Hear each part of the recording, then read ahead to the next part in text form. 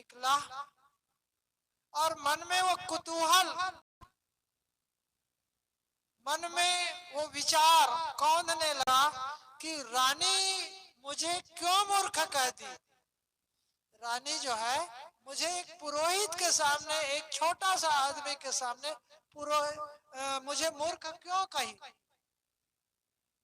बार बार वो विचार आता गया। रात हो गया और रात्रि में उसे नींद नहीं आई। अपने आप को बोला तो कुछ भी नहीं, उन्होंने संभाला अपने को, लेकिन उनको नींद नहीं आई। बार बार मन में होता रहा कि रानी जो है मुझे मूर्ख क्यों कहती। अब तक तो कभी नहीं कहती थी, आज पहली बार किसी के सामने मुझे मूर्ख कही। रात बीता, सुबह उठा और वह नित्य क्रियाक्रम किया, मतलब नहाया धोया सब कुछ किया और फिर राज भवन में गए। सब बैठे वहां पर जहां पर लोगों से मिलते जुलते थे और उसके मन में तो वही बराबर चल रहा था। अब वो राजा के पास जो भी आते, बड़े बड़े मंत्री आते, अधिकारी आते, सबको कहते थे कि आओ मूर्ख बैठो, आओ मंत्री मूर्ख मंत्री बैठो। कौन कहे भाई, राजा की धोती फट रही है, कौन बताए। आप ऐसा गलत शब्द का प्रयोग क्यों कर रहे हैं, राजा को कौन बताए। किसी ने कहा नहीं, सुन लिया, लेकिन मन में तो सबका हो रहा था। उसी बीच एक पत्रकार आया। आप जानते हैं पत्रकार, कवि, ये लोग डरते नहीं किसी को। पत्रकार आया, पत्रकार ने कहा, पत्रकार आया, नमस्कार किया राजा का और राजा ने कहा मूर्ख बैठो। पत्रकार ने सोचा कि राजा क्यों मूर्ख कह रहा है मुझे, मैं तो कोई मूर्खता तो किया नहीं। पत्रकार ने कहा कि पत्रकार ने कहा राजन, मैंने तो कोई मूर्खता तो की नहीं, और मूर्खता तो इन लोग करते हैं, वो मूर्खता का ये निशानी है। उन्होंने पहली बात कहा, पत्रकार ने, कवि ने, कि राजन, मूर्ख वह है जो खादान गच्छान, जो खाते भी रहते हैं और चलते भी रहते हैं, या कहें कि चलते चलते खाते हैं, वो मूर्ख है। मैं तो ऐसा करता नहीं, फिर मैं कैसे मूर्ख हूं। कुछ लोग गांव में भी, कुछ लोग शहर में भी आप देखे होंगे, कटोरा में कुछ ले लिए, प्लेट में कुछ लिए, खा रहे हैं, घूम रहे हैं। सज्जनों, ये अच्छा लक्षण नहीं है। भोजन करने बैठे, कुछ खाना खाएं तो बैठ करके आराम पूर्वक। और नीतिकार तो यहाँ तक कहते हैं, यदि आप खाते हैं उस समय मोबाइल का उपयोग न करें, किसी से ज्यादा बात ना करें तो ज्यादा अच्छा है। मतलब जो काम हम करते हैं उसी काम में अपना मन को लगाएं। तो उन्होंने कहा कि मैं जो है खाते समय घूमता नहीं हूँ, या घूमते समय खाता नहीं हूँ। दूसरा, गताम न सोचाम, जो बीत गया उसके लिए मैं बार बार सोचता भी नहीं हूँ राजन, फिर मैं कैसे मूर्ख हूँ। जो बीत गया उसके लिए बार बार नहीं सोचता हूँ। सतगुरु अभिलाष साहब ने लिखा है, बीत गया वह मुर्दा है, आने वाला सपना है, जिसमें हम बंधन काटे, वर्तमान समय अपना है। जो बीत गया, उसके लिए बार बार नहीं सोचता अब क्या करना है। मैं अपने भविष्य के लिए सोचता हूँ। मैं बीत गया उसके लिए बार बार नहीं सोचता हूँ, फिर मैं कैसे मूर्ख हूँ।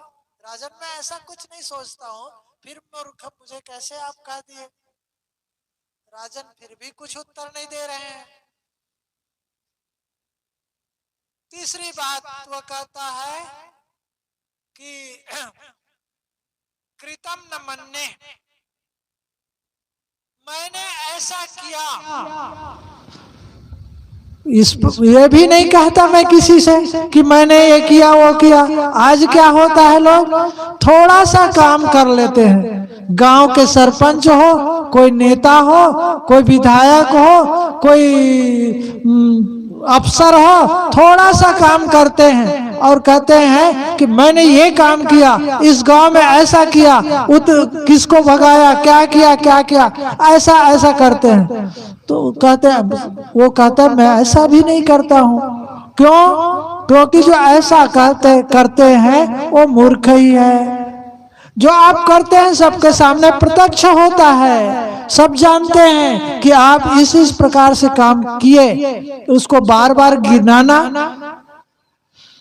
कहा जाता है कि अहिरन की चोरी करे दिए सुई का दान, ऊंचे चढ़कर देखते कहते दुर्विमान। थोड़ा सा दान देते हैं। आयरन कहते हैं जो लोहार के पास एक निहाई होता है, बड़ा सा लोहा का पिंड, उस पर रख करके पीटते रहते हैं। मतलब बहुत बड़ा लोहा होता है, उसका कुछ बिगड़ता नहीं है। तो कवि कहता है कि अहिरन की चोरी करे, जो निहाई है उसका तो चोरी करते हैं। मतलब बड़ा सा बड़ी चीजों का चोरी करते हैं और देते क्या है, एक सुई का दान देते हैं। और वो हाँकते हैं लोगों में बीच में, मैंने यहाँ गया था तो उतना दान किया। वहाँ मंत्री लोग क्या करते हैं, वहां गया था तो सड़क बनवाया, सामुदायिक भवन बनाया, वहां पर कुआं खुदवा दिया, बोरिंग करवा दिया, और क्या करवा दिया, क्या करवा दिया, ये सब बताते रहते हैं। तो साहब कहते नीतिकार कहते हैं कि मैं इस प्रकार नहीं कहता हूं कि मैंने क्या किया क्या नहीं किया, कुछ भी नहीं कहता हूं, फिर मैं कैसे मूर्ख हूं। आखिरी बात तो कहते हैं कि वाभ्याम कृत्यो न भवामि किम कारणम भवामि मूर्खे। राजन, मैं कोई दो लोग बात करते हैं, वहां पर नहीं जाता हूं। दो लोग आपस में बात कर रहे होते हैं, वहां जाता भी हूं तो वहां पर मैं चुपचाप सुन लेता हूं, या पहली बात जाता भी नहीं हूं। फिर मैं क्यों मूर्ख हूं। इतना सुनना था कि राजा अपना कान पकड़ लेता है कि वो क्या, कि रानी बात कर रही थी राजपुरोहित से, उसी बीच में चला गया, इसलिए रानी ऐसी कही है। तो कुल मिलाकर के बात जो है कब करना चाहिए और किस समय करना चाहिए, क्या करना चाहिए, ये सब हम ध्यान नहीं रखते हैं, तब हमारी मूर्खता। और हम लोग ऐसे ही करते हैं, हम लोग ऐसे ही कहते हैं। तो मैंने शुरू किया था, बोल तो अमोल है जो कोई बोले जान, हिये तराजू तौल के तब मुख बाहर आन। साहब ने और भी कहा है, शब्द संभाल के बोलिए, शब्द के हाथ न पाओ, एक शब्द औषधि करे, एक शब्द करे घाव। शब्दों को संभाल करके बोले। हम दुखी क्यों होते हैं, हम परेशान क्यों होते हैं, शब्दों को संभाल करके बोलते नहीं। और मन में जैसा आया ऐसे बोल जाते हैं, मन में जैसे बात आती है ऐसे हम बोल जाते हैं, इसलिए हम बराबर दुखी होते रहते हैं। हम सबको चाहिए कम से कम बोलें, और बोलने से पहले तौल लें। हर आदमी वैसे कुछ भी बोलता है तो कहूं कि ना कहूं, बोलूं कि ना बोलूं, ये दो विकल्प आते हैं। इन दोनों विकल्पों को समाधान कर ले हमारा। दूसरी बात, कब बोलना चाहिए इस पर भी ध्यान दें। मतलब समय अनुकूल है कि नहीं है उस पर भी ध्यान दें। कैसे बोलना चाहिए इस पर भी ध्यान दें, और क्या बोलना चाहिए। हम जो बात कहना चाह रहे हैं वो क्या समय के अनुकूल है नहीं है, इन चीजों पर ध्यान देना हमारे जीवन के लिए अच्छा है। तो मैं कह रहा था कि वाणी की जो शक्ति मनुष्य के पास है वह बहुत बड़ी शक्ति है। उन शक्ति को हमें केंद्रित कर उससे फायदा लेना चाहिए। मेरा समय समाप्त है, मैं अपनी बात को यहीं पर समाप्त करता हूँ। बोलिए सद्गुरुदेव की जय।